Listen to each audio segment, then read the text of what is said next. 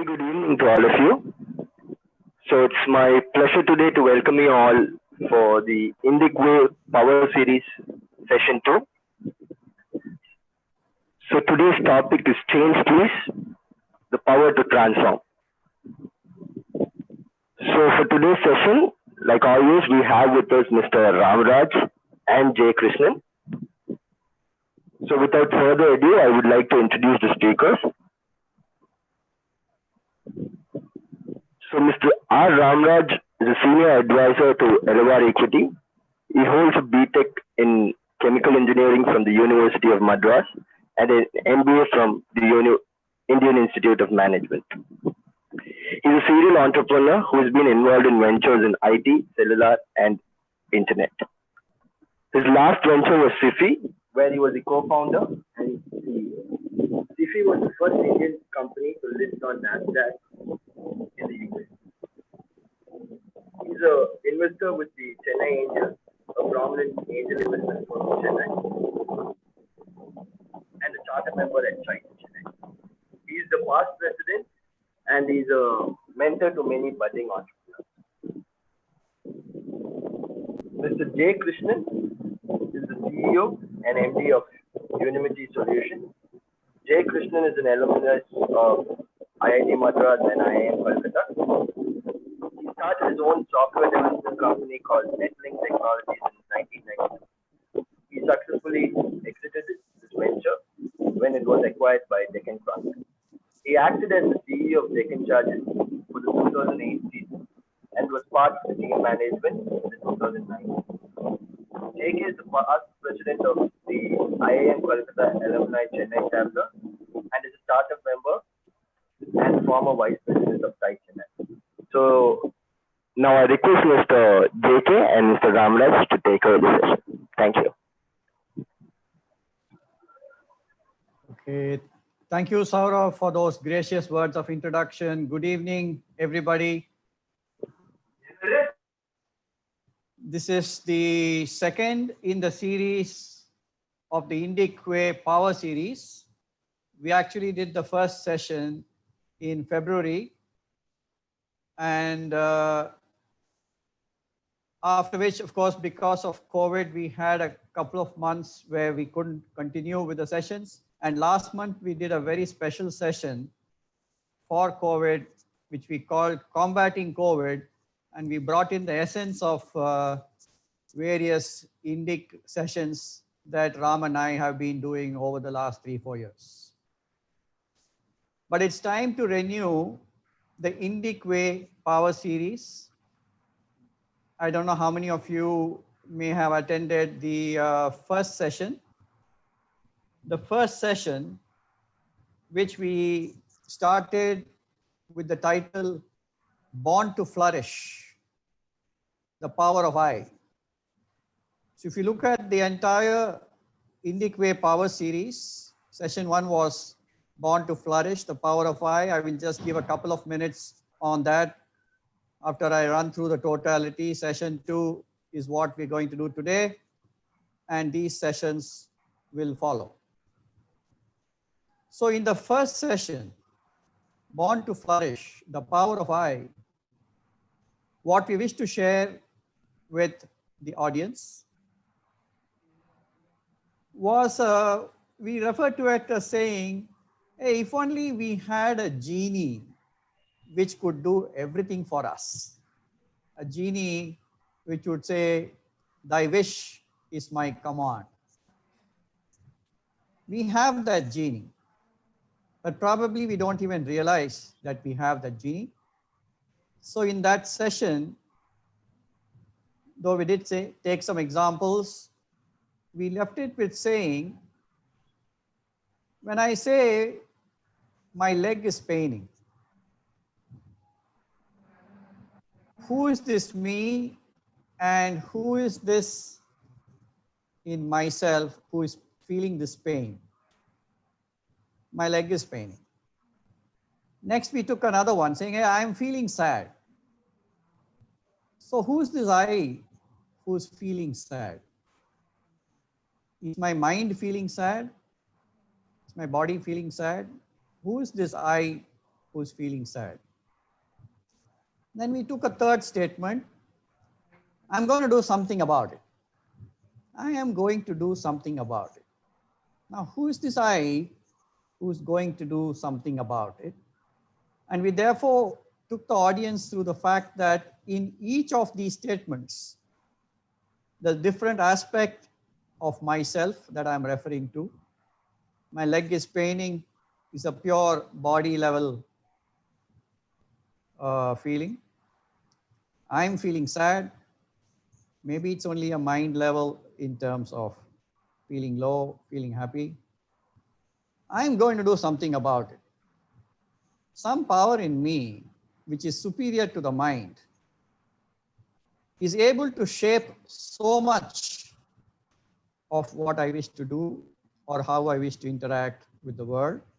And so we left that session to just inform the audience that there is a power in each one of us superior to the mind.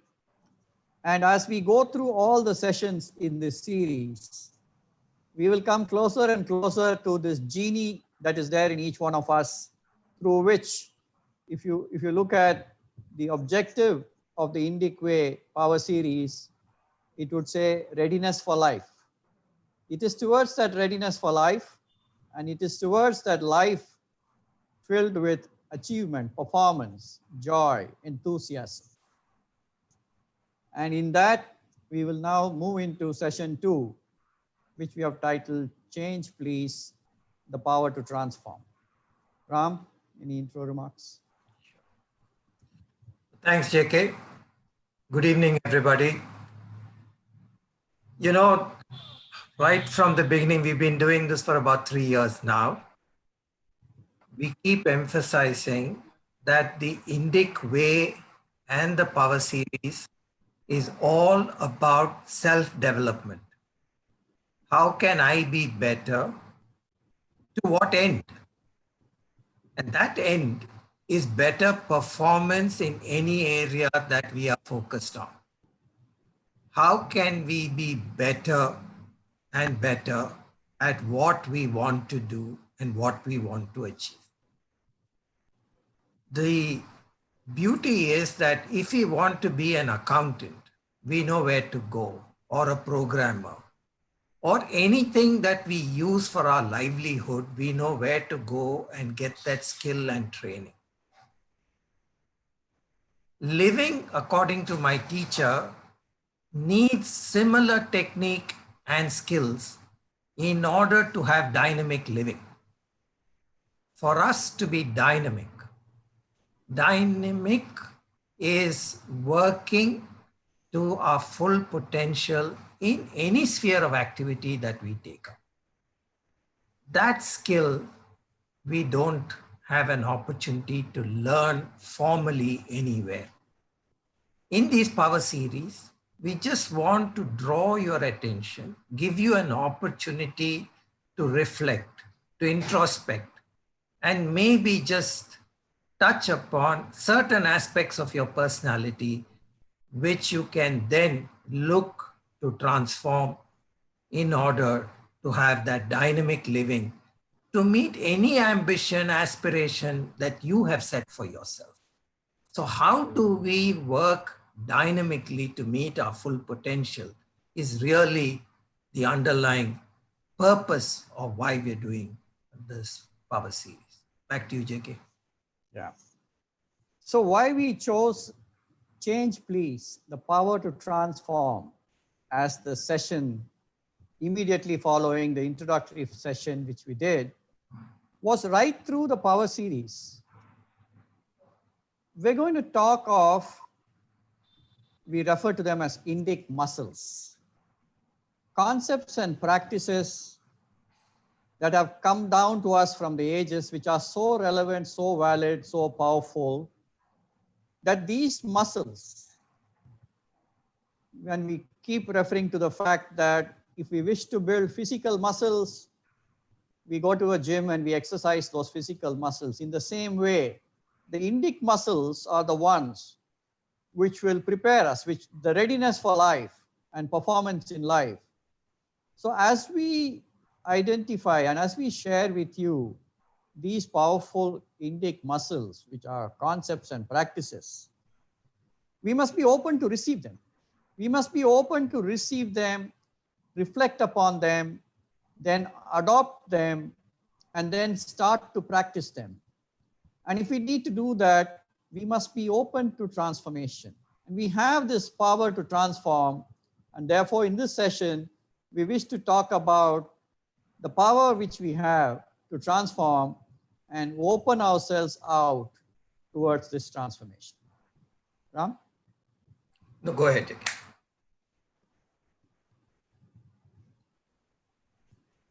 So I need two volunteers. Saurav, I need two volunteers. Anybody can raise their hands, and Saurav, if you could unmute them.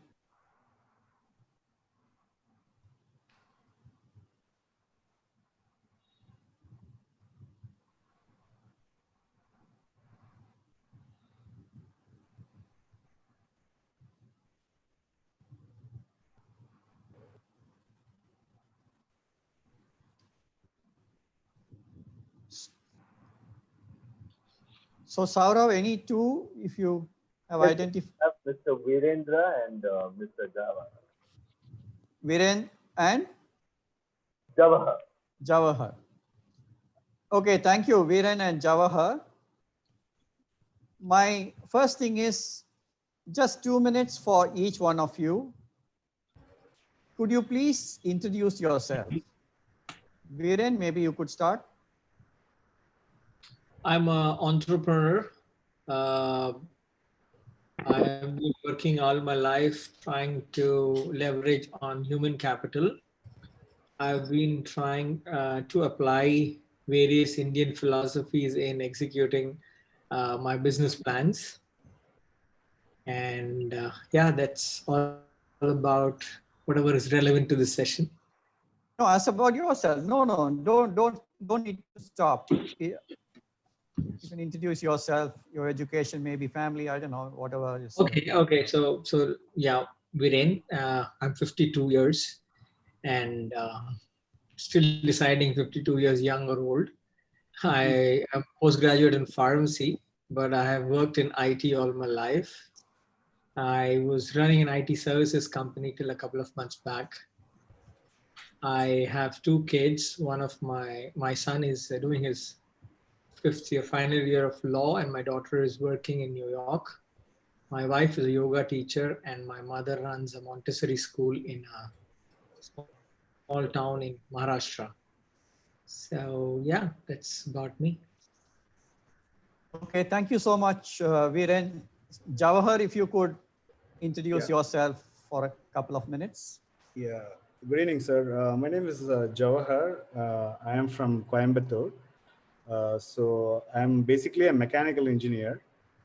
Then I went to US to do my master's in industrial engineering at Oklahoma University.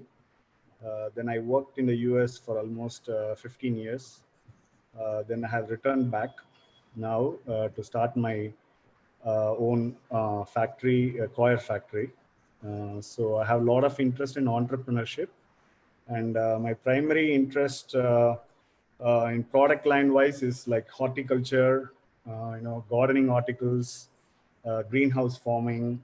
So I am in the process of starting my own coir pit factory, grow bags and coir pit that would go into greenhouse farming. So that's basically it. My hobbies, I'm a violinist. I'm learning Carnatic violin, and I'm a pet lover. So I have a very cute dog at home, a Shih Tzu breed. And I love music a lot, and I'm a basketball player. So whenever time permits, I play basketball with my friends. And I read a lot, especially all the current affairs, newspapers, and my latest interest being Tirukkural. So I have learned almost more than 125 Tirukkurals from my mother, who is a PhD in Tamil. So that is my latest passion that I'm pursuing. So my wife is a software engineer, and we both live in the outskirts of Coimbatore city near Sulur Air Force Base. That's about it. Thank you so much, Jawahar. Thank you. I now need 2 more volunteers.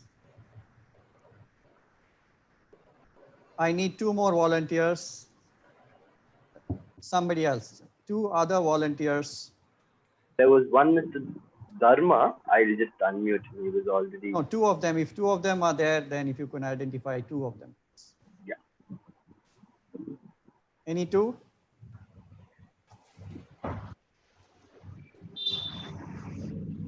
Do we have? So we have one now. Meera is also there. Who? Higher.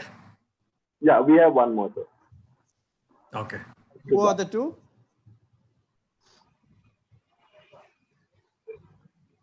Saurabh, who are the 2 who have? So Dharma, Mr. Dharma and Ms. Kastuba. Kaustuba. Okay. So Dharma and Kaustuba, I want, Dharma, maybe you could start. Again, I would like you to introduce yourself, 2 minutes, but with a little twist. If you could just wait. I want you to introduce yourself. No reference to education, no reference to profession or designation, family or social status. So if you could introduce yourself, Dharma. No reference to education, profession, family, social status. Hi, this is Dharma. Can you all hear me? Yes. Yes. Okay. My name is Dharma Lingam. If that is the case, if that is the condition, no reference to whatever you said, then I'll start with, how I started today. I woke up somewhere around, No. We want you to introduce yourself. We want to get to know you, not your activities. Okay. So, but you said no reference to personal, no education, family, no education. profession, no family, social status. But who's Dharma? Okay. My name is Dharmalingam Subaya. I have been working with manufacturing and IT industry for about 26 years. No profession, no job.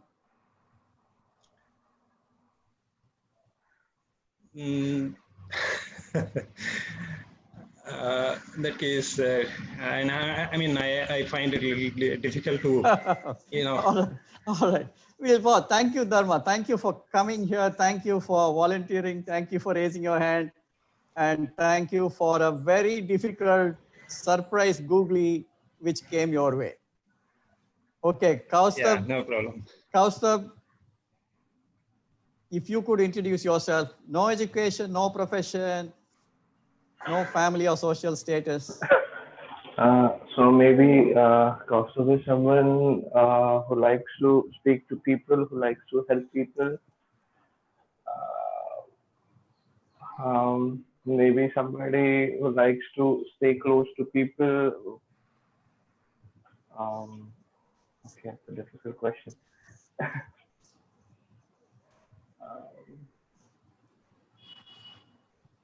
Maybe we'll just considerate. Nah, that's about it. Nice, thank you. Nice, thank you. You did try to, get to introduce yourself in a manner where we can know who is Kaustubh. But if we therefore take this thing and go forward, who are we? Who am I? If I shared everything about my education or profession or who it is, what I've achieved, who am I as a person? And then we suddenly come up with a dimension which is different from all that we have experienced so far.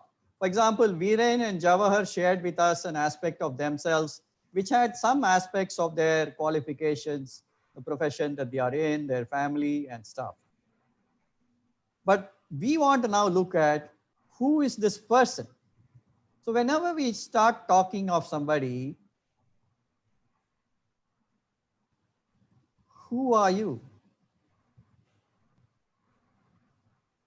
who do you think you are? For example, Dharma has to take some time before he started to share who it was. Kaustubh said, hey, I am maybe kind, considerate, helpful. He started to move in another dimension in which we could understand the person. And there's another important aspect. Who do others think you are? And I want to leave it to Ramraj with this particular thing where he wanted to share that 2 is equal to 6. Ram? So when two people meet, actually 6 people are meeting. When you and I meet, there are 6 of us. The first one with reference to me is who I think I am. The second reference to me is who you think I am. And the third reference to me is who I actually am. So that is 3 this side and 3 that side. Same thing applies to you. So 3 here and 3 there, and it's not 1 and 1, but actually 3 and 3 meeting. Who I think I am, who you think I am, and who I actually am. So that is what I think we were trying to figure out in this exercise. So Thanks, Ram. So when we talk of introducing ourselves or defining who am I, there are aspects which are surfacing, which is beyond the fact that whether I'm an engineer, I worked in manufacturing, or I worked in IT, or I've got this skill, or I've got that skill. It's suddenly moving away from all this. And what Ram said, who I think I am and who you think I am, again is in a dimension completely different from just my qualification or the designation that I hold. And we move into this core person who's already being defined in different characteristics of personality: angry, cool, happy, sad, rude, kind, confident, shy, caring, indifferent, reliable, unreliable, hardworking, lazy, strong, weak, brilliant, stupid, self-centered, helpful. So suddenly we are finding that if I have to define somebody as 5 feet 8 inches, medium complexion, medium build, it's very difficult for us to immediately zone in on who that person is. But suppose I say, hey, 5 feet 8 inches, medium complexion, medium build, angry all the time, yeah. That is self-centered fellow. I start defining from any one of these and add these characteristics and personality aspects, behavioral aspects, maybe without knowing that person's educational qualification or designation and profession. People who know this person or within a group, we may be able to say, hey, maybe JK, you're referring to so-and-so. So which means the core person who people are experiencing from aspects which are outside of education, professional competence, and others. And therefore, all these other things, honesty, integrity, righteousness, humility, self-restraint, very powerful word. And I have reference to how Bhishma explains and expands on this person with self-restraint. And that self-restraint encompasses patience, forgiveness, impartiality, truthfulness, sincerity, modesty, equanimity, generosity, sweetness of speech, cheerfulness, contentment, universal compassion. And he goes on to say the person who's with self-restraint is free from false speech, covetousness, pride, lust, anger, envy, malice, attachments, and prejudices.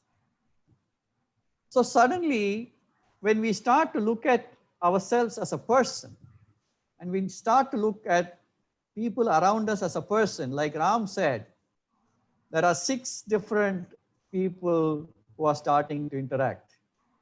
And therefore, we wish to now say that in ourselves, in knowing ourselves, and then towards change, if at all we are saying, change please, power of transformation, we must know where we are, who are we, from where do I start, and then we will move later in the next slide to what the changes. Ram, any thoughts?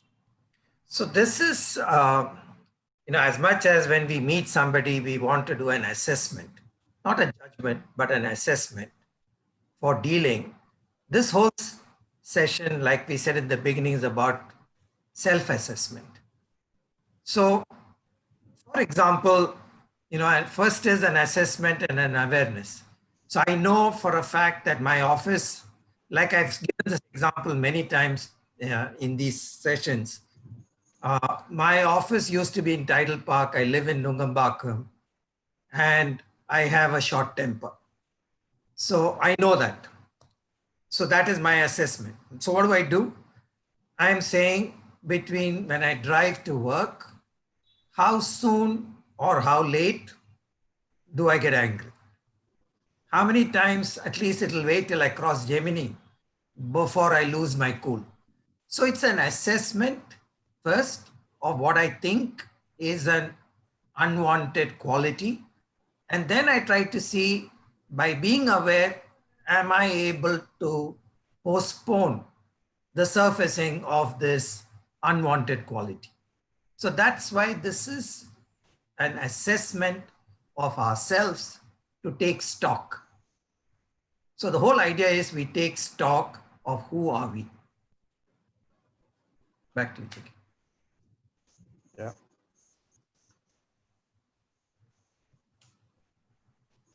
So while this being there, therefore, we now realize that the personality dimensions, temperament, nature, behavior, outlook, interactions, capabilities, this is what the core person is. And by defining these, we may actually understand that core person without needing to define all the educational qualifications and other things. So we must first understand that many of these are inherent, and I will later during the session take you through some basic natures that determine what each one of us is and our makeup. Some are acquired, and because we have the ability to acquire, we have the ability to change, we have the ability to transform. And just after a few minutes, I want to share how many of us would have transformed even in the journey we have had in life so far. Some in our 30s, 40s, 50s, whatever. Some transformation is continuously happening. And this is happening because we have the power to transform. None of us are the same person we were as when we were teenagers or we were in our early 20s. Stuff like that. Each one of you will know what I'm referring to. And more important, we are different people at different times. We are different people in different situations. And we are different people with different other people. And I'm sure you've all experienced it. I mean, I'm a different person at home. I have a work personality which is different. Children are different at home. When they go to school, maybe they are very shy. They don't even open their mouth. But there are some who are different. So we are different at different times. We are different in different situations, and we are different with different people. You can take in our own relationships, many of us, if we are married with our spouse, we are different. We have been different with our spouse. Early part of our marriage, we are different now. We are different with some other outsiders. We are probably we extend a lot more courtesy with outsiders, and we will do less with people with whom we are familiar. So we are different at different times, different situations with different people. Ram? Go ahead, Chiki. So who is our core person? Why are we different people at different times? And what is it that can merge and move the three different things which Ram said, what I think, who I think I am, who others think I am, and who I actually am? And is there some way, as we learn, as we move through this session, through the introspection, we can arrive at who is this person I wish to be and why, and move to those which will define the further inputs that we have in this session. So should I change? Here's this speaker asking, who wants change? Who wants change? And the entire audience raises their hands to say, yes, we need change. But when he twists it a bit and says, who wants to change? Suddenly the number of volunteers have gone down. So between who wants change, but who wants to change, that's where we need to look at ourselves and do we want to change? And should we change? And in the next few slides, we will get some answers towards this particular question. Ram sent me this very nice one, which I thought I'll share with you. Great lines by Alfred Robert. Change cannot be given to you every time. You must bring the change. I think it's a very powerful and statement that we need to reflect upon. Now, who is this Alfred Robert?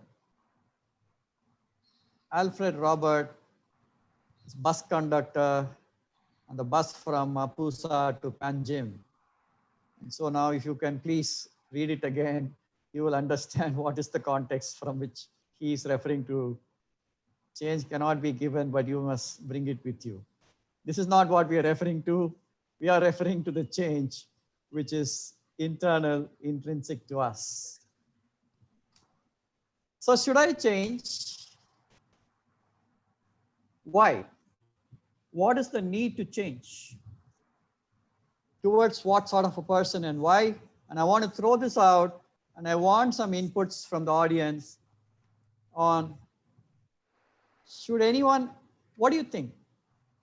Why should I change? What's the need? Towards what sort of person and why? Certainly now look forward to some inputs. And Saurav, as people raise their hands, if you could unmute them, we will get some views from the audience.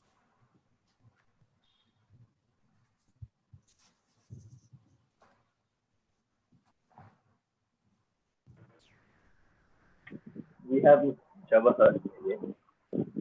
Yes. So your question is, why we should change, right? Yeah. Hello. Can you hear me? Yes. Please go ahead. Yeah. Yeah. I mean, there could be, few things in our life that is not, likable for other people, or there could be certain habits that are not good. For example, somebody might be waking up every day late. So, you need to change. If you want to be, really successful, you have to get early in the morning. So, you need to change. And somebody might be bad tempered. So if you're a salesperson or a marketing person, you cannot be bad tempered. So, he needs to change. Change is something that you need because, you want to be more approachable, more likable. And that's why you need to change. Thank you. Very nice. I think you touched on two aspects. Are there habits that I wish to change? Is there some temperament that I wish to change? And is there an aspect of relationships, and for better relationships, do I wish to change? Very nice. So next we have Mr. Shankar. Yeah. Can we see their video, Saurav, you think? Yeah. Hi, I'm Shankar from Pune. I think change is essential for one very simple reason: to keep pace with the times we are in. It is absolutely essential. Otherwise, we are outpaced in every field. That is very important. Second, what sort of a person? I think in the beginning of our careers, we have donned many a persona. However, as we grow older, I think it is very important for us to become as authentic as possible, to be you yourself. I think that is what is very important. Thank you. Very nice, Shankar. You used a very powerful word, authentic, which means whoever I am, my true person, rather than needing to pretend that I am somebody else. That was a very powerful thing. Thank you. Anybody else who's got something, Saurav? Anybody? Yes, sir. There's Mr. Rajaram. I'll just start. Yeah, hi, Saurabh. Yeah, hi, Rajaram here. Just an interesting thought that came to my mind, which was someone spoke about music, and I would just like to bring in a parallel. So there's this interesting thing about music that if you don't sing, don't practice regularly for a week, you will know that you don't sing well. You don't practice for 2 weeks, your neighbors will know that you're not singing well. And if you don't practice for a month, so I'm just bringing that parallel to, I think Mr. Ramraj touched about the point about the 3 layers, right? One is about who you think you are. Second is who the other person thinks you are. And the third is who you really are. I would, in fact, even break it down to 2 different things. There are core aspects to us as a human being, and I'm not even getting into profession and education and all that. I'm saying as a human being, there are aspects which are fundamental to you as a human being, which are your belief systems, your values. Those should not change. Those should remain permanent. You can obviously go and revisit those as you go through the journey of life. But like so many others I've talked about, I think the situations, the environment requires you to adapt oneself. Also look inward and see what are the things that you can do better. That is one. Second is what is everyone else talking about you? What's the feedback that you're getting from your peers, your superiors, your friends, your family? What are those aspects which you can bring a change? But third is also like at a more fundamental level of who's the person you really want to be and who's the true self that you really want to be, and therefore what do you need to change towards that direction. Yeah, thank you. Thank you, Rajaram. Very insightful. We will take some other responses for the next question, which I have, where also I need some participants. I know there are 1 or 2 who have raised their hands. So if you could hold on, I would like you to respond to the next one. True nobility lies in being superior to your former self.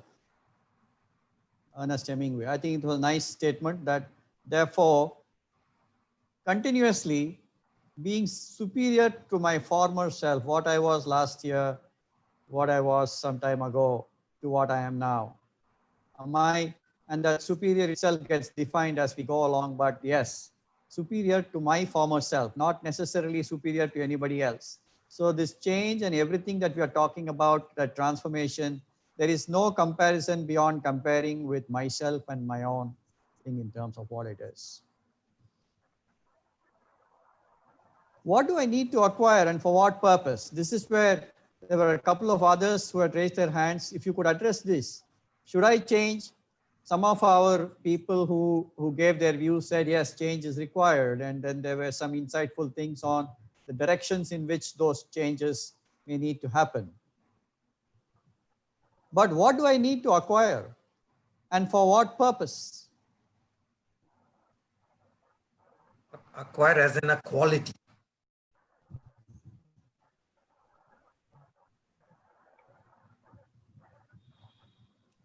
Yeah, who's answering? Dharma, yes. Hi, good evening. I think my perspective on this as to what do I acquire, I think change I relate to in a way of survive. For us to survive, we need to keep changing. And whether be it business or personal development or anything, I think we should look forward to what would be what to us, or what do I mean, or what do I need to get it for me to survive to the next level is what I look at the things that you need to acquire to survive. Okay, thank you, Dharma. Anybody else? So we have one more participant, Mr. Mark. Yes, yes. Yeah. Mr. Madhav?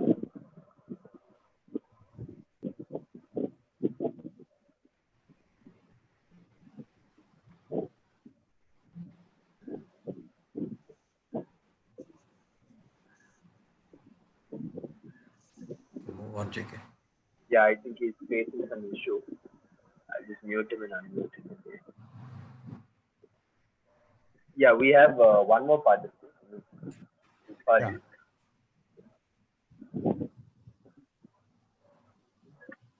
Rupali, you're on. We also need to acquire a perspective. Who's this? I'm sorry, I didn't get the name. I'm Rupali. Good Rupali, evening.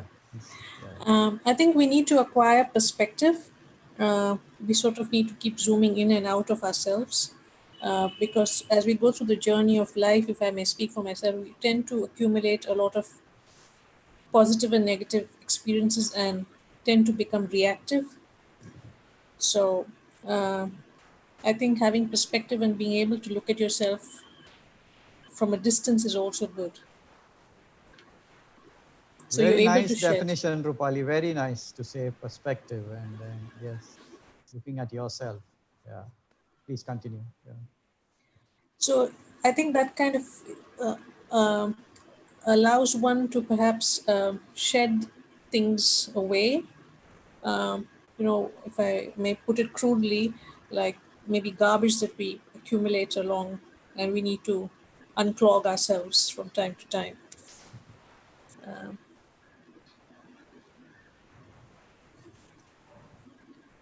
Yeah, very, very nice. Very well put. Ramraj has a favorite statement of his, which is saying, do we have a shampoo for the insides of our heads? So it's a nice way of, yeah, rubbish that we accumulate, you say. Anybody else who's got a input for us? Yes, sir. There is. Mr. Virendra, you're on, sir. Yeah, Virendra. Yeah, so as we keep progressing, we invariably start with looking at how we can progress. That is a little quite selfishly. And as we evolve, or only if we evolve, we would realize that the progress has to be more holistic. So how useful I am to myself, and at the same time, how useful I am to the entire universe, starting with the society and so on and so forth. So if we are able to acquire knowledge that can help us change to be more useful to the entire whatever segment we're looking at, that kind of a change is more holistic in my view. Okay, thank you, Viren. Thank you. Let's move to then, therefore, when we are talking of what do I need to acquire for what purpose, we will tie it back to what we started with, saying the Indic muscles, the concepts and practices which are so valuable for us for performance in life. What are those muscles? What are those aspects that if we acquire really empowers us? And we are going to cover a few in this session, and towards that transformation, whether we can look at that to say that is the manner in which we wish to change. So can I change? JK, before that. Sorry. Yeah. Before that. Sorry. Yeah. Sorry. Yeah. So one of the reasons why should I change? All of us, when we go to the hills, have seen an captured elephant being tied up with a rope, not with a chain, but with a rope. And you can easily realize that that powerful elephant, if it wanted to, could actually pull that rope away and be free. But it does not do it. And the way it gets into that condition of limitation in its thinking is when it is first captured, it is tied with a huge chain, which when it tries to pull and struggle, it's not able to do anything. And it does this again and again for some time. And soon it gives up the fight and gets tied down with a small rope. This is how we condition ourselves too. We bring limitations to our potential by some earlier happenings in our life. I think Rupali was mentioning about cleansing from before, but this is what happens, that we get limited by earlier incidents. It could be, I'm useless at maths because someone teacher or somewhere you got 0 in maths. For the rest of our life, we think we know nothing about maths. Even though as business people, we need to be at least adequate. And we don't even make the attempt to learn because we have decided we have a limitation. Therefore, the need to analyze and then attempt to change that. Otherwise, like that elephant, we will be tied down by self-imposed limitations by earlier behavior. So that is really the reason why, if you want to be at our full potential, we have to analyze what's holding us back. Back to you, Jackie. Yes, Ram. Thank you. So can I change? Ram, back to you. Archbishop who wanted to. So actually, I wanted to just say what this was, but I realized that there are words that this poet has used in describing this Archbishop that I will read. Yeah. When I was young and free and my imagination had no limits, I dreamed of changing the world. As I grew older and wiser, I discovered the world would not change. So I shortened my sights somewhat and decided to change only my country. But it too seemed immovable. As I grew into my twilight years, in one last desperate attempt, I settled for changing only my family, those closest to me. But alas, they would have none of it. And now, as I lie on my deathbed, I suddenly realize if I had only changed myself first, then by example, I would have changed my family. From their inspiration and encouragement, I would then have been able to better my country. And who knows, I may have even changed the world. This is a person who is currently buried at the Westminster Abbey, and you can see the tomb when you go there next, when you're allowed to go and travel out. Yes. So that's the story of a bishop who's buried there. So it's all about, yes, Yeah. go ahead, Ram. So all about changing ourselves only.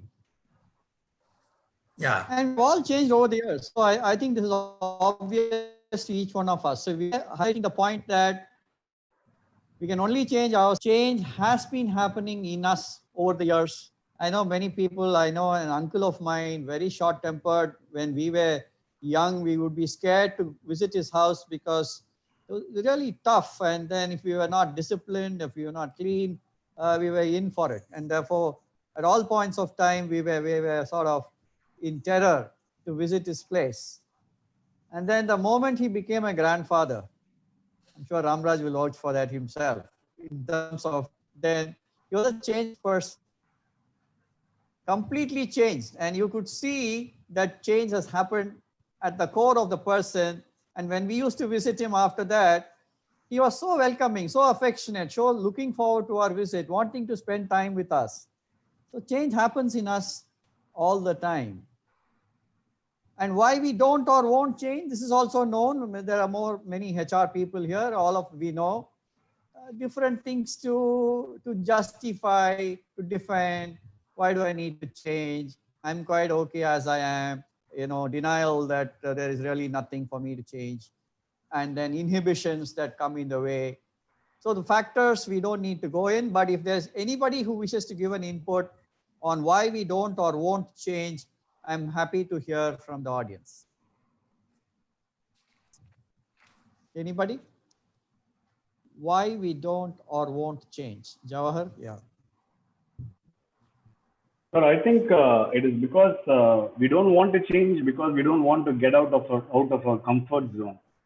So, because we are used to our comfort zones day in and day out. And so if we have to change, then we have to come out of our comfort zones, which a lot of us don't like to. I think that is the primary reason.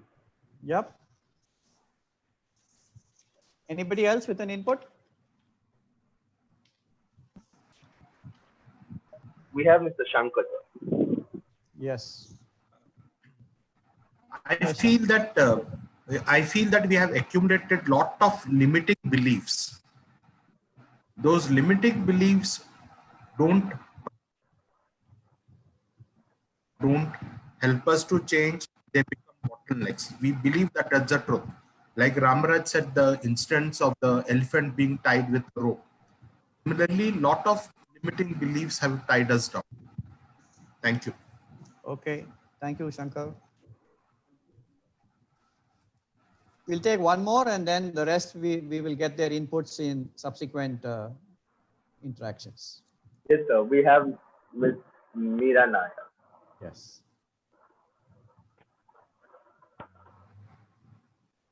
Ma'am, you're on. Hi. We are sometimes scared of uncertainty and hence we are resistant. Sorry, can't hear you. Yeah. Scared of uncertainty. Scared of uncertainty. Scared of uncertainty. Uncertainty. Yes. Yeah. Hence we are resistant to change. Nice. Yeah. Yeah. Scared of uncertainty. Yep. All right. We'll take subsequent inputs next. So thank you for these inputs. So the fact is, we can only change ourselves. We have changed over the years. If there are some inhibitions, some hesitations on why we don't or we won't change, we need to examine them. And then therefore we need to be open to transformation. And I want to touch upon two aspects of this. One is effortless transformation and the other is effort-based transformation. A lot of effortless transformation happens in nature. You know, from a seed, a plant grows, from a plant, a tree grows, a huge oak tree from that. All effortless. It's programmed into the seed. And like that, even in us, you know, in the bodily layer, maybe nails and hair and stuff like that, digestion happens effortless. A lot of things is effortless. But we are referring to a transformation which is at a core, which is the true person. And this is not going to be effortless. This is effort-based. This is based on what Ram started with to say, a lot of this is about the self and for us to examine ourselves and then to decide. So the process and one or two which we're going to cover subsequently, we must be open to effort-based transformation versus if it can be effortless, that's fantastic, but otherwise open to effort-based. Ram? So any transformation happens towards what? And for that, we need a purpose or an objective. Once we know we have a purpose or an objective, then we can put our efforts to achieve it. For example, during this lockdown, how part of it is not to get physically sloppy could be one objective. And therefore, you put your efforts to stay physically fit. I know a colleague of mine who has fixed a time every morning, 6 o'clock, there for an hour, he has serious workout, instructor on video every day.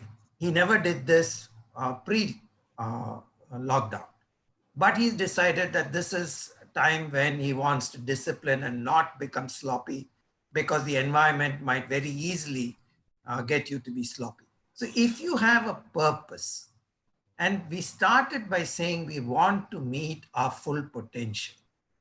We want to be dynamic. We want effortless success. How can effortless success, dynamism come in? Only through an objective and then the efforts to achieve it. So if we have a purpose, then we prioritize all our actions to meeting that objective. And then we have our efforts lined up. Back to you, JK. Okay, Ram. So let's move to triggering conscious change. That's what we'll move to. A very brief thing. I'm not going to spend more than a minute on this just to understand that there are 3 gunas which our ancients have referred to as sattva, rajas, and tamas. And each one of us comprise of a combination of these. Tamas refers to more of ignorance, inertia, laziness, darkness in some form. Rajas refers to emotions, actions, more of an active engagement, very reactive. Rajas is full of that energy, whereas sattva is more equanimous and it has combinations of those. None of us are 100% sattvic or 100% tamasic or 100% rajasic. And all things we see in nature, whether they are metals, whether they are animals, plants, they all have a combination of these characteristics which define their true nature and behavior. And it is so in us. We are a mix of sattva, rajas, and tamas, and these proportions keep changing in us. We will just understand that these define an inherent nature in us. Details of this we're going to cover in some subsequent sessions. But therefore, for some of us, there is an automatic nature, there's an automatic way we are, automatic defining of our personality, which is inherent because of this combination that is already there in us. So we want to move to the first thing where we want to say, hey, can we change in this dimension? And we have this thing saying, who's holding the remote? Who holds the remote to your emotions, to your moods, to your reactions and responses? So we've all experienced something, the true thing which people will talk about. I mean, this mother-in-law, daughter-in-law, or boss subordinate, something where the moment this other person has something to say, then in that equation, the other party starts to react, starts to have emotions which are different at different points of time. Does the mother-in-law hold the remote to all the moods and emotions and reactions of the daughter-in-law? Because of some statement she makes or she doesn't make, or an expression she shows or she doesn't show. Same, it could be boss subordinate, it could be in other things. Our question is, who holds the remote to my emotions, to my moods, to the person that I wish to be? And in a lot of situations, we will find that we are conditioned to jump when somebody else presses a button on the remote, which means our emotions, our responses, our reactions, and our moods are determined by who around us is pressing a button. So this is our first thing to say. Let us look at who holds the remote. Can we make other people's remote inactive and therefore take responsibility for our own emotions and moods and responses? And this is the first aspect of change which we want to identify and say, is this a transformation? If in the way we are, our responses, moods, emotions are based on what somebody else around us says or does, can we make that remote inactive and take control of the remote for ourselves? Ram? There's a story about Buddha and a few of his disciples walking, and one man came in their way and abused the Buddha and called him all sorts of names. And the pupils would have jumped forward and beaten him up, but for the Buddha being there. And after the man got tired of shouting and he moved away, and the Buddha continued. But these disciples were very upset. And they came home much later in the evening. At the end of a long day, the disciples told Buddha, why did you let that man shout at you? You could have just told us, we would have finished him off. Buddha said, who? What are you talking about? He said, you remember in the morning that man came, shouted? He said, oh, I left that there. and moved on. You seem to have carried all those insults and abuses with you all the way till now. I didn't take anything from him. I just left it there. So this is how we carry stuff with us, and it, sits with us and grows inside us and explodes within us and really creates serious problem in how we carry other people's responses, stimulus, where we have no control. Take it or leave it, it's up to us. So back to you, JK. Thanks, Ram. I think that was a very apt input at this time. So we want to say the first element of change, transformation, please look at who holds the remote to your emotions, moods, reactions, and responses. Please work towards making other people's remote inactive and take control over the remote or yourself in some form. And that itself is going to make us into this better person. It'll merge the three levels at which Ram presented: who I am, who others think I am, and who I think I am. So take control of the remote to our own moods, emotions, reactions, and responses. Towards this, I have shared in earlier sessions, I'm going to share this again, an exercise which I call spiritual driving. Now, the spiritual driving is not driving after consuming alcohol, please. So then don't misinterpret the spirituality and the spiritual driving as driving after consuming alcohol. But the spiritual driving, and it is about establishing that I hold the remote to what I do. And to me, therefore, when I drive, and like Ram said in his example, it's chaotic. I mean, we all know that. Maybe not today in the COVID situation, but otherwise. In normal situation, traffic is chaotic. People are going all around us, overtaking from the left, overtaking from the right, honking from behind, zipping in and zipping out, not stopping at signals. All sorts of things. Each one of us has experience. I have a practice which I have practiced for myself, and this is not something I'm saying without first practicing for myself. I indulge in what I call spiritual driving, which means when I drive, I switch off completely about what people around me are doing. And therefore, whether they are overtaking from the left, they are honking, they are doing crazy stuff, they are weaving in, weaving out, they're not following signals. I drive at a steady pace and speed depending upon traffic conditions, and I ensure that the drive is a pleasant drive, not only for me, for people who are traveling with me in my vehicle, because I am not affected by what people around me are doing, and I wish to take control of the remote for what I do and how I do.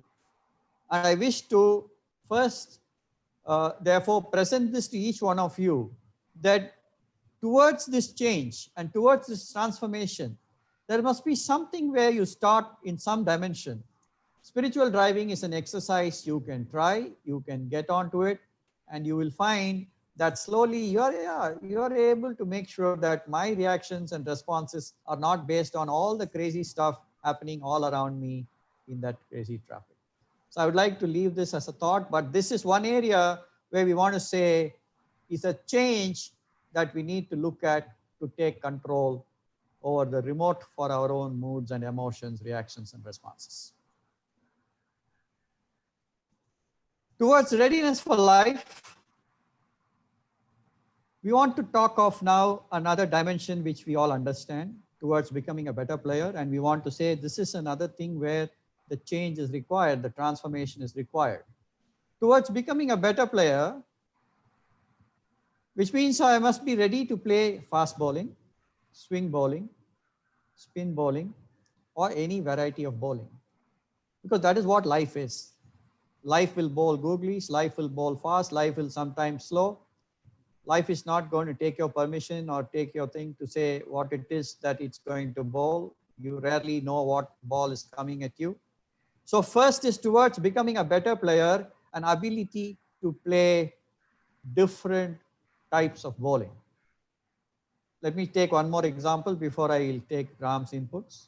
Similarly, I need to be able to play on grass, on clay, or on hard court for me to be a better player. And even more important, at the nets versus in a match, and we have some examples. Ram, over to you. Go ahead, JK. So I want to say, let's take this example. So what is this change? If I can play only slow bowling, I cannot play swing bowling, I cannot play fast bowling, there is certainly something I need to change. If I can play only on one type of surface, I'm not able to play on another type of surface, then there's certainly something that I need to change. There's a good example, this nets versus a match, because to me, nets is only classroom. Nets is a protected environment. Nets is a place where even if I get out, I have another 4-5 overs where people will bowl at me. Nets is easy. There is no pressure. It's easier to perform at the nets. Match situation is completely different. Here was a student, a Sishya, learned archery from his guru, and he became so good that he could shoot an arrow into a tree, take a second arrow, shoot it so that it would cleave the first arrow, and he was so accurate and so good, and he could do it consistently. And he started to feel that hey, he's actually better than the guru. And therefore, with his other classmates and fellow students, he would proudly say the skill that he has acquired already as far as archery was concerned. The guru was an elderly gentleman. So one day he said, just come, let's take a walk. And along with the Sishya, goes to a nearby mountain, and there is a deep chasm, a gorge, and there's a 20-foot long log placed from this hill to the other, and a deep ravine gorge below it.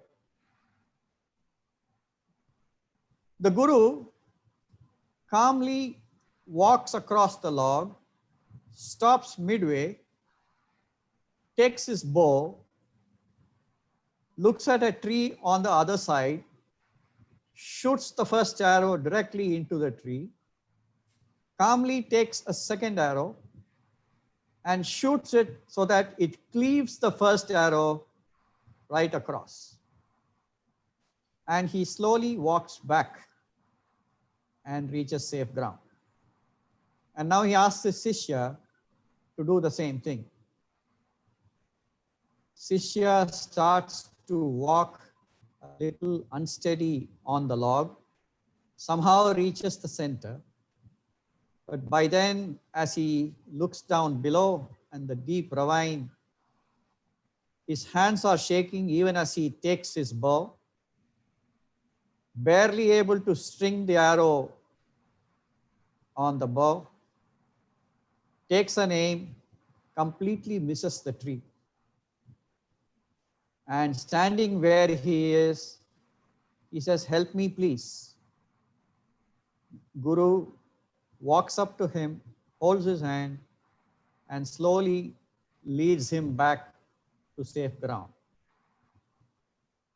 And they walk back to their school, archery school. It's then that the Sishya realizes that there is a far more important aspect than taking control of the bow, that he needs to take control of his mind. And the difference is pure control of the bow will only take you to a certain expertise, but for him to reach the level at which his guru is, absolute control over the mind, that is what is required. So at the nets versus in a match, in real life, our readiness and our capability, and it is towards that that we urge that transformation and change. Ram? Go ahead, Dick. So readiness for life. Second aspect where we wish to identify towards becoming a better player, examine our ability to be able to adapt as things change around us. And therefore, this change around us is constant. Nobody is going to, nature doesn't ask our permission. The COVID is a standing example. And therefore, our readiness, and we covered this in the session on combating COVID, this ability, this better player capable of playing and performing in all situations is the change we need to move to. So the personality characteristics to become this better player: nothing angers, nothing surprises, equanimity in the pairs of opposites, anything is okay, like Ram was mentioning, and therefore first class is okay, second class is okay, unreserved is okay, air conditioning is okay, air conditioning fails and I'm hot and humid, under a fan, no fan, all okay. With salt is okay, without salt is okay, that day hot is okay, it wasn't hot is okay.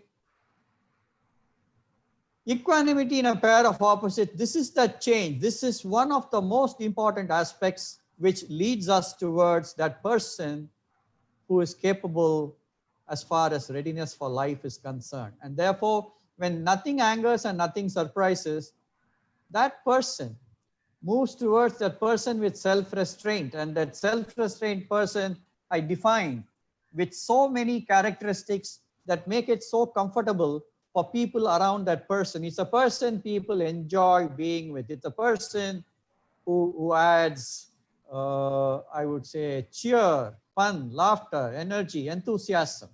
And therefore, this is an aspect we urge, look at yourself for change in this. Equanimity under pressure, nets is easy, life, it's there at the middle of the log, that we need to have this. And this is what we urge as becoming a better player, beyond the self, happiness of others, family, friends, colleagues, etc., larger and larger circles.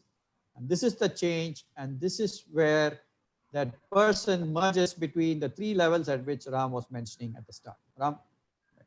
So the nothing angers, nothing surprises, all of this, the journey. In an earlier session, JK had mentioned that we get angry. How quickly do we come back to normal? And that trigger to become angry and this response to become normal is development. And we are aware and we say, hey, I shouldn't have got angry, and quickly become normal. So this is a journey. This is not a switch that we are going to on and off, that tomorrow morning we will now become equanimous. Not possible.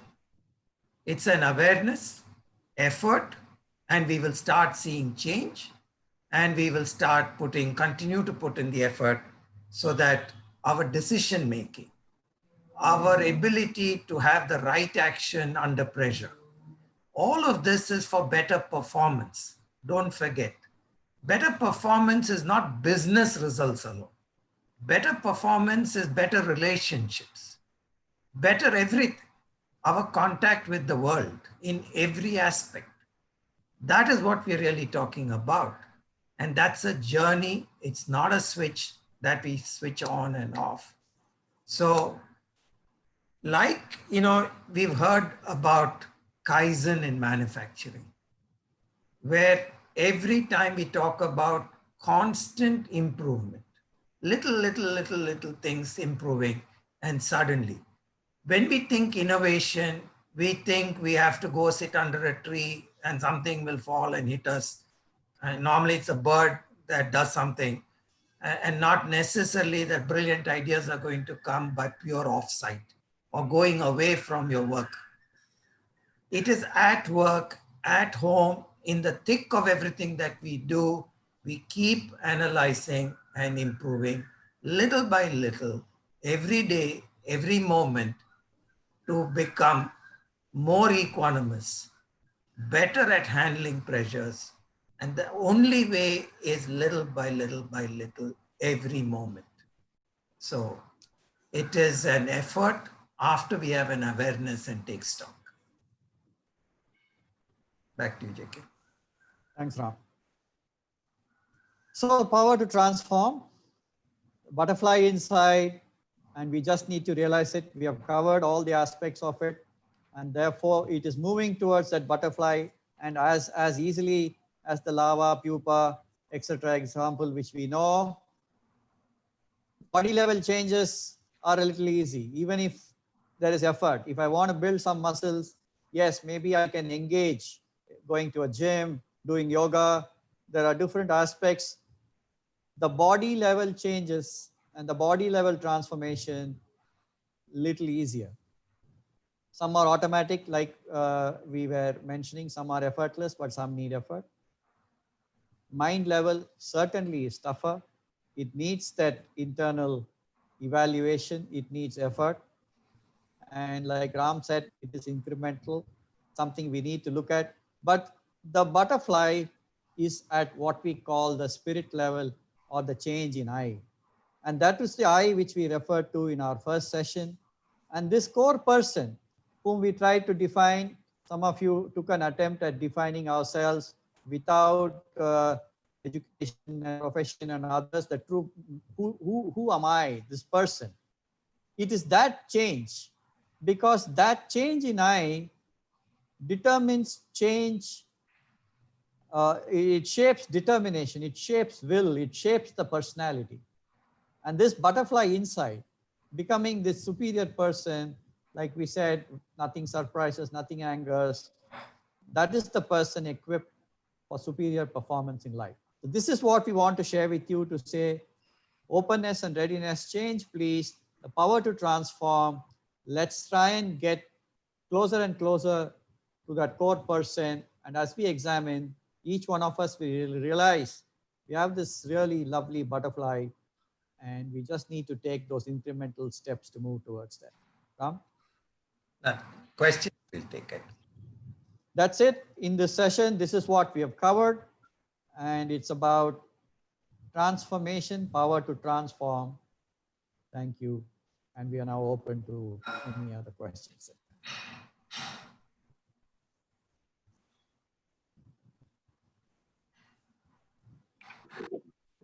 So if the participants have any questions, we're open for it. Yeah, Mr. Jawahar has raised his hand. Sir, it was a very nice presentation. Thank you for both of your time. So my question is, so oftentimes, I try to change, and the change is not permanent. And I know something is good. For example, say getting up at 5 o'clock in the morning. I know it is good, and it gives me a lot of time in the morning to do my work, and I know it gives me time to do my exercises, everything. And I make a honest effort also, but it is not that I'm able to do it consistently over a period of time. For various reasons, sometimes I go to bed very late, and sometimes a call from a different country, a different time zone comes through in the night time, so things like that. So my question to both of you is, how do you make a change permanent? And it's really difficult. Though I know it is good, a change is good, and though I work towards it, making a change permanent has been very difficult for me. So please throw some light on this. I will attempt this first, and Jawahar, I would urge you, though you did mention this example of getting up early in the morning. To me, that is a habit. I want to move to a dimension and a level, like say, if you get angry, for example, how can I make sure that I don't get angry as frequently or as often as whatever happens? Is there something which I can make sure that my anger, my emotions and my responses are not getting triggered as frequently or often as it used to? Those sorts of changes. I want to first urge each one of us to say the transformation at a habit level, we'll come to it. That I would think is a little easier. Okay. But what we are talking of are changes which are more at the core. How do we, your question is still important. I'm able to do it sometimes, but I'm not able to do it consistently. And how can I make it consistent? Especially when you look at these personality level or the core nature level stuff. If you really start to practice, and I'm conscious of it, I'm aware of it, and I am talking from what I have seen people around me who have started to look at these things and the changes that have happened in each person. Once it happens, I have found it is permanent. This is, I have an example which we used to share between a perfumed personality and a fragrant personality. You understand the difference. A perfumed personality is I wear this perfume, but basically I have odor. And so to mask it, I need to wear perfume. So the perfumed personality is a put on personality. It doesn't last and it will go away. But a fragrant personality, like the rose, it doesn't need to put on perfume. Inherently, it has fragrance. That is the sort of transformation we are talking about. So if I have been able to look at things in perspective and I say, no, yeah, I mean, there's no point in me getting wild and I have to control this, it is in me and I work towards it, those sorts of changes then you will find are permanent. They're not temporary. They are not switch on, switch off like what Ram was saying. So I would say the difference is between perfume versus fragrance that we look at. So you're stressing on the point of making a conscious decision. I mean, conscious change. Yes. So, Jawad, even if it is a question of getting up at 5 in the morning, and not just anger, but getting up at 5 in the morning, it is because you think it is important to get up at 5 in the morning. It gives you 1 hour of quiet time to plan for the day, something to prepare, whatever it is, or maybe exercise, something that you felt is important to you. If it is truly important to you, it becomes a goal. Moment it becomes a goal, then we have a direction to work towards. We succeed or not based on 3 C's, and I will not touch on all 3, but it is just concentration, consistency, and cooperation. But one of them is consistency of our effort. If we don't have consistent effort, we lose our objective. We don't meet that goal.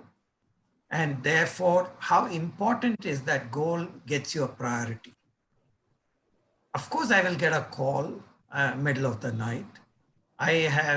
You try calling back middle of the night to the US and let's see how many answer. So it is how we handle some of these things, and people soon understand Jawahar is not available after 10 at night, but he's available at 5 in the morning maybe. So it is what moment you prioritize, you will find the time, you will find the means. And if there is no consistency in your effort, then this is an intent. It is not an implementation of a goal. So that's how. You will know certainly straight away whether it is important enough to you or not. It's just good intention. So how does a should, I should get up to I must get up are 2 different things. Moment a should becomes a must, then the priority has shifted. I must get up. I must change. Okay. Thanks a lot, sir. Very, very insightful. Thank you very much. Anybody else? I think that's it, JK. Yeah. All right. Saurav, you think? Yes, sir. I think that was Okay. the last question. Thank So you. yeah, On behalf of Tai Chennai, sir, I would, yeah, I think Miss Meera Menon has a question. I'll just unmute her. We talked about in a conversation or interaction between two people, who I think I am, who you think I am, and who I actually am.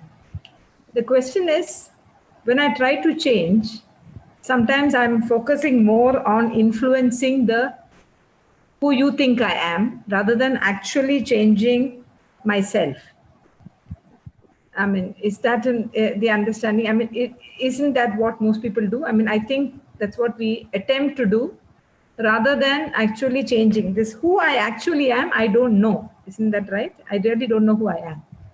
I know I'm aware more about who I think I am.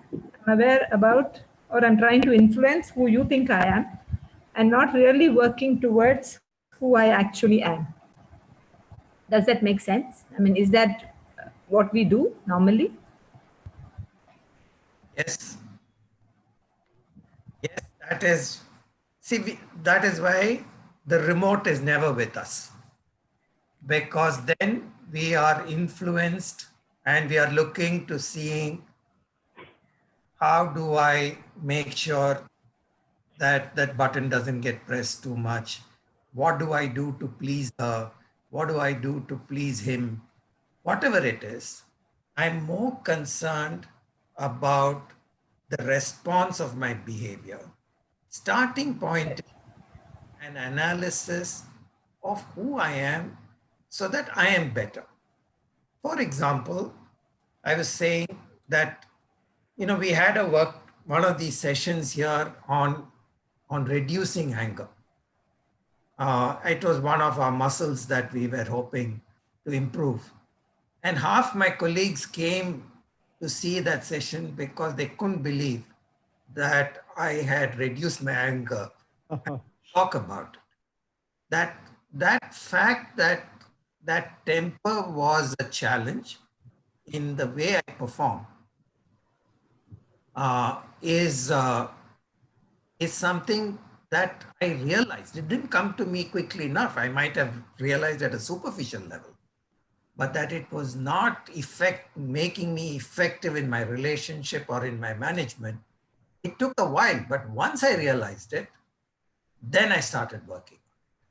So it takes time to reflect and understand and not just be worried about what somebody else is thinking of you. Of course, it is important, but that is not the key. The key is, who am I? It takes time, which is why JK started with that exercise, because it doesn't come naturally.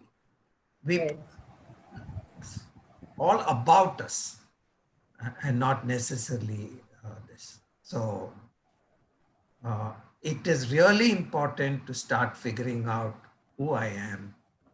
Without knowing that, there is no way we can actually start transforming or changing. And as you change, you will see the relationships then improve, because you're functioning at your natural self and not under pressure to impress. And you'll actually impress. Right. Yeah, thank you. Anybody else? Okay, all right, Saurav, anything? Yes, sir. That was the last question. So I think we can end it here. So on behalf of Tai Chennai, sir, I would like to thank you again, for taking your time off on Saturday and giving it to our participants. So, yeah, thank you all for attending the session today.